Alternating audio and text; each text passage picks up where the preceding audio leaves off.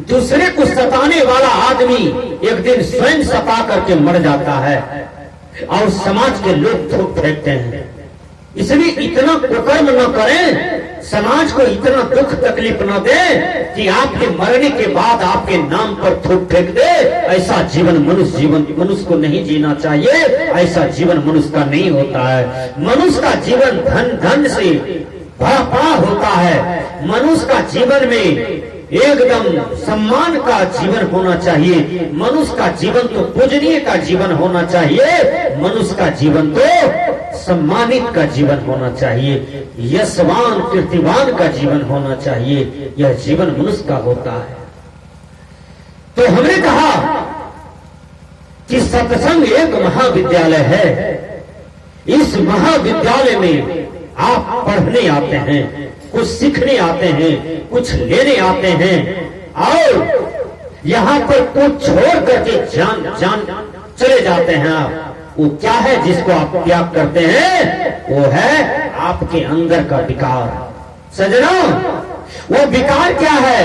वो विकार है शब्द, स्पर्श, रूप, रस, गंध। ये सारे विकार हैं।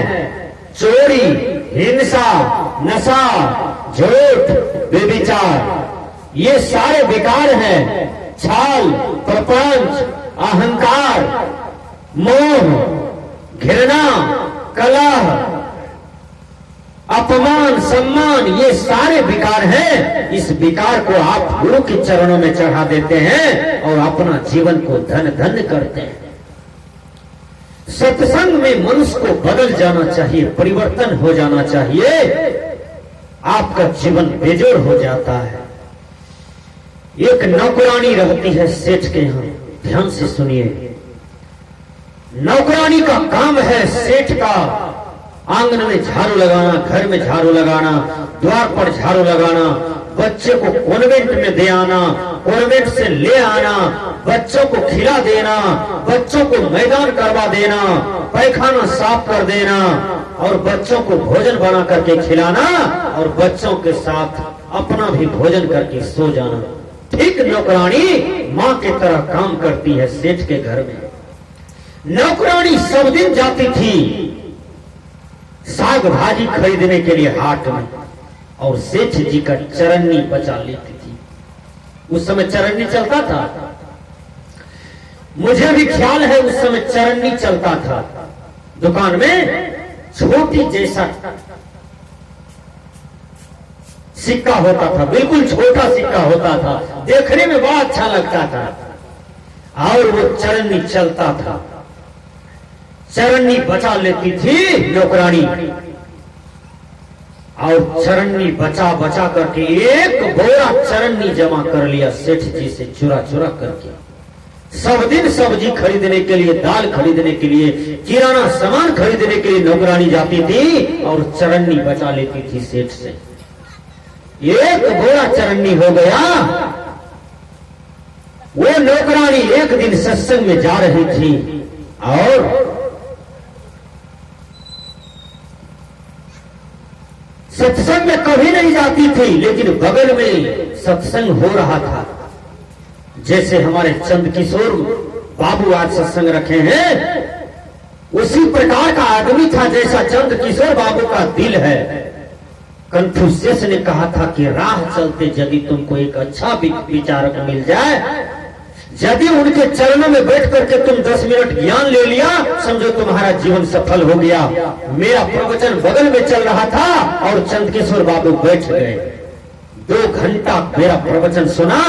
ऐसे चंद्रकिशोर बाबू को धन्यवाद है। कहा बाबा बहुत सुंदर आपने प्रवचन किया और मुझे भी सत्संग कराना है।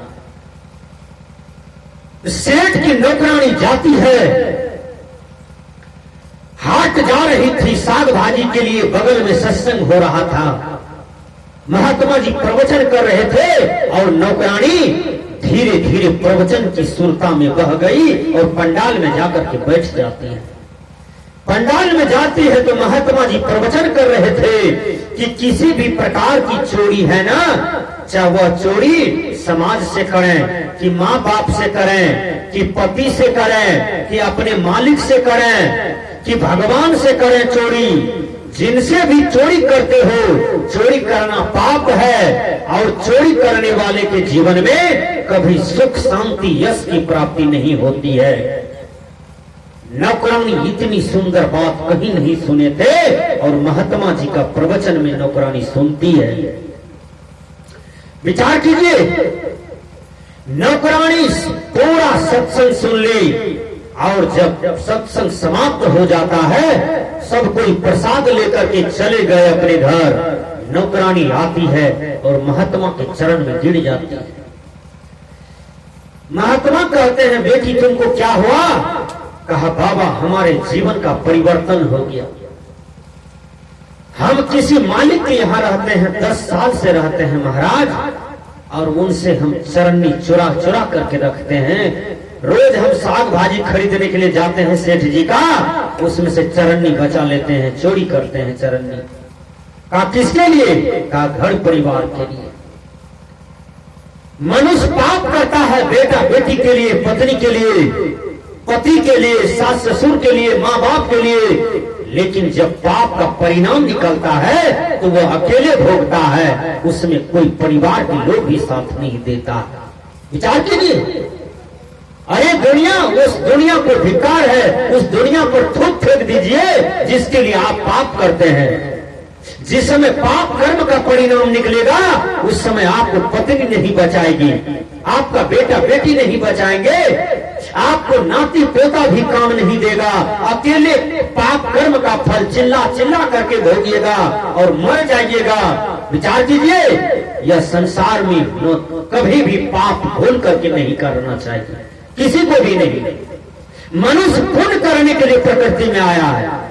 महात्मा गांधी ने कहा इंग्लिश में, nature has everything for men's need but not enough for his greed. अर्थात प्रकृति के पास तुम्हारे लिए सब कुछ है, लेकिन लालच करने के लिए नहीं। लालच यदि आपके जीवन में आता है तो वही लालच का परिणाम पाप हो जाता है। लोभ ही पाप को जन्म देता है। इसलिए किसी भी प्रकार की लोभ आपके जीवन में उभरता है तो ऐसे लोभ को आप समाप्त कर दीजिए, साधना से, सत्संग से, सद्विवेक से। विचार कीजिए। तो नौकरानी कहती है, महाराज हमारा जीवन आज परिवर्तन हो गया आपका सत्संग सुनने से, आपका प्रवचन सुनने से। एक बात भी और कहता हूं, आज एक आदमी को देखिए जिंदगी भर सत्संग करता है लेकिन वह कभी नहीं बदलता है।